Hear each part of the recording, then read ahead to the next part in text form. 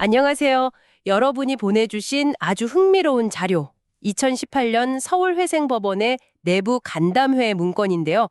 오늘은 이걸 좀 깊숙이 파고들어 볼까 합니다. 네, 안녕하세요. 이게 당시 개인 파산 관제인 공동사무소, 그리고 파산 관제인 대리제도, 이 두 가지 새로운 제도를 도입하려고 논의했던 내용을 담고 있죠. 맞아요. 제목만 보면 좀 딱딱해 보이는데, 이게 사실 당시 법원이 개인 파산 절차를 어떻게 좀 더 효율적으로 만들까, 또 전문성을 높일까 고민했던 흔적이 고스란히 담겨 있더라고요. 그렇죠.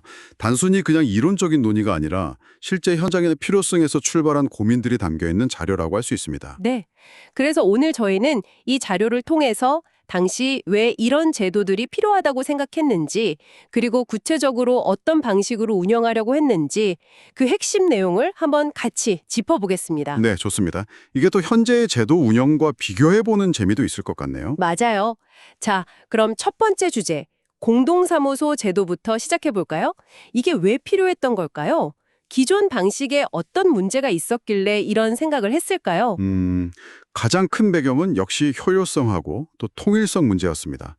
아시겠지만 개인 파산 사건이라는 게 굉장히 많잖아요. 네, 그쵸. 사건 수가 계속 늘어나는 추세였죠, 아마. 맞습니다. 근데 이걸 이제 개별 파산 관제인들이 각자 처리하다 보니까 뭐랄까 관제인마다 업무 처리 속도나 아니면 사건 처리 방식에 좀 차이가 날 수밖에 없고요. 아, 개인별 편차가 좀 있을 수 있겠네요. 네, 그리고 또 혼자서 너무 많은 사건을 담당하다 보면 이 복잡한 사건 하나하나에 깊이 파고들거나 전문성을 더 키우기가 현실적으로 좀 어려운 측면도 있었을 거고요. 그렇죠. 업무 부담이 상당했을 것 같아요. 그래서 이 공동사무소라는 건 여러 명의 관제인이 일종의 팀처럼 같이 일하는 거예요.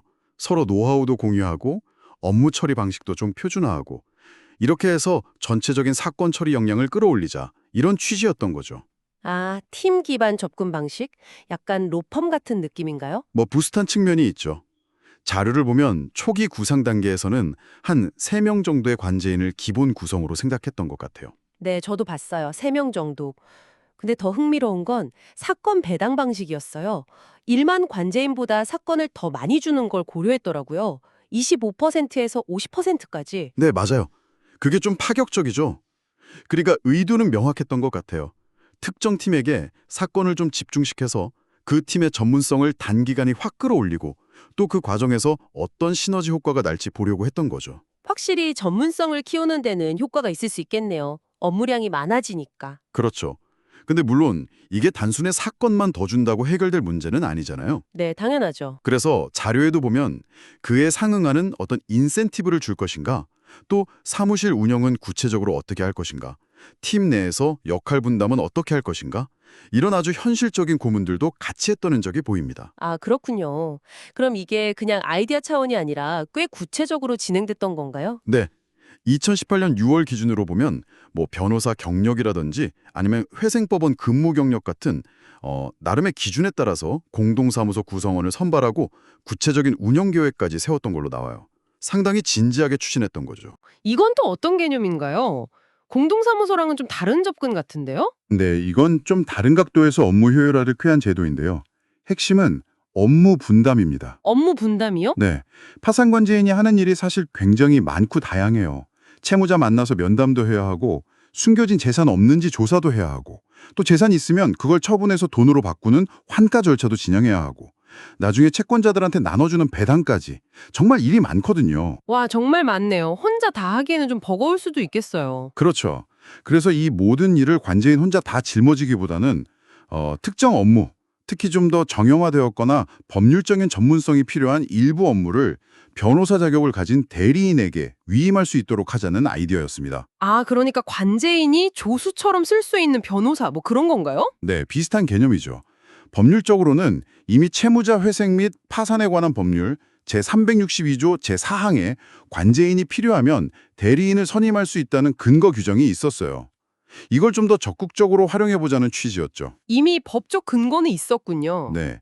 그래서 예를 들면 뭐 채무자 재산 중에서 부동산이나 자동차 같은 걸 관리하고 처분하는 업무라든지 아니면 파산 선고 때문에 중단된 소송을 이어받아서 진행하는 그런 소송 수기 업무 같은 것들 이런 일부 업무를 대리인에게 맡기는 거죠. 아하, 그러면 관제인은 어떤 일을 주로 하게 되나요? 관제인은 이제 채무자 면담이나 아니면 은닉재산 조사처럼 좀 더 핵심적이고 판단이 필요한 업무에 집중할 수 있게 되는 거죠.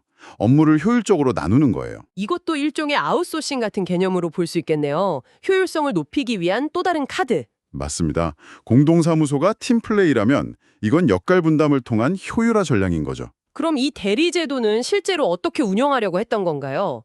이것도 구체적인 계획이 있었나요? 네, 이것도 꽤 구체적이었어요. 자료를 보면 2018년 9월까지는 이 대리인을 어떻게 선발할 건지 그 기준이랑 방식을 마련하고요.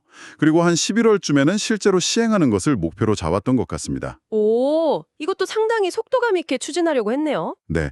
그리고 단순히 그냥 대리인 뽑아서 일만 맡기는 게 아니라 이 대리인들에 대한 교육 계획도 있었어요. 예를 들어서 법원에 보고서를 제출할 때 이폼이라는 전자양식을 쓰는데 그 작성 방법이라든지 아니면 기본적인 재산조사 방법 같은 것들을 교육해서 업무의 질이나 통일성을 좀 확보하려고 했던 거죠. 아, 표준화된 교육까지 체계적으로 준비했네요. 그렇죠. 이 제도가 잘 정착되면 관제인들의 업무 부담이 확실히 줄어들 거라는 기대가 컸을 거예요. 그런데 동시에 또 다른 고민도 있었겠죠. 어떤 고민이요? 예를 들면 이 대리인들을 어떻게 관리하고 감독할 것인가 하는 문제죠. 결국 관제인이 선임한 대리인이지만 그 업무 수행에 대한 최종 책임은 관제인에게 있으니까요. 또 대리인에게 어느 정도의 보수를 지급할 것인가 하는 문제도 있었을 거고요. 아, 그렇죠. 새로운 제도가 도입되면 항상 그런 예상치 못한 문제나 과제들이 따라오기 마련이니까요. 맞습니다. 기대와 함께 그런 우려나 고민도 공존했을 겁니다. 자, 그럼 이 두 가지 핵심 제도, 공동사무소와 파산관제인 대리제도 외에 또 이 간담회 자료에서 주목할 만한 다른 논의 사항들이 있었을까요? 네, 문서 후반부를 보면요. 이 두 가지 제도 외에도 개인 파산 절차 운영 전반에 걸친 다양한 개선 아이디어들이 논의된 걸 볼 수 있습니다. 예를 들면 어떤 것들이 있었나요?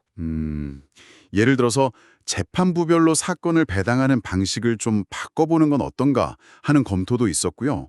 또 당시에도 이미 전자소송 시스템이 활용되고 있었지만 이 전자기록을 좀 더 적극적으로 활용해서 업무 효율을 높이자 하는 이야기도 나왔습니다. 아, 전자기록 활용 확대, 이것도 중요한 부분이네요. 네.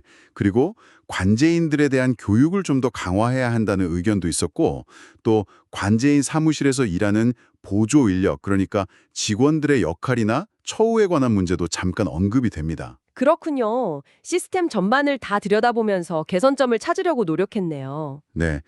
전체적으로 어떻게 하면 이 개인 파산 사건을 더 빠르고 더 정확하게 그리고 좀 더 통일된 방식으로 처리할 수 있을까 하는 그런 시스템 개선에 대한 고민이 아주 깊게 녹아 있는 거죠. 특히 저는 그 자료 마지막에 있는 질의응답 부분이 되게 인상 깊었어요. 실제 현장의 목소리가 그대로 담겨 있는 느낌이랄까? 아, 네. 그 부분도 흥미롭죠. 네, 예를 들어서 공동사무소에 사건을 더 많이 준다는데 그 기준이 뭐냐? 그냥 관제인 수를 늘리는 거랑 공동사무소 만드는 거랑 뭐가 더 효율적이냐?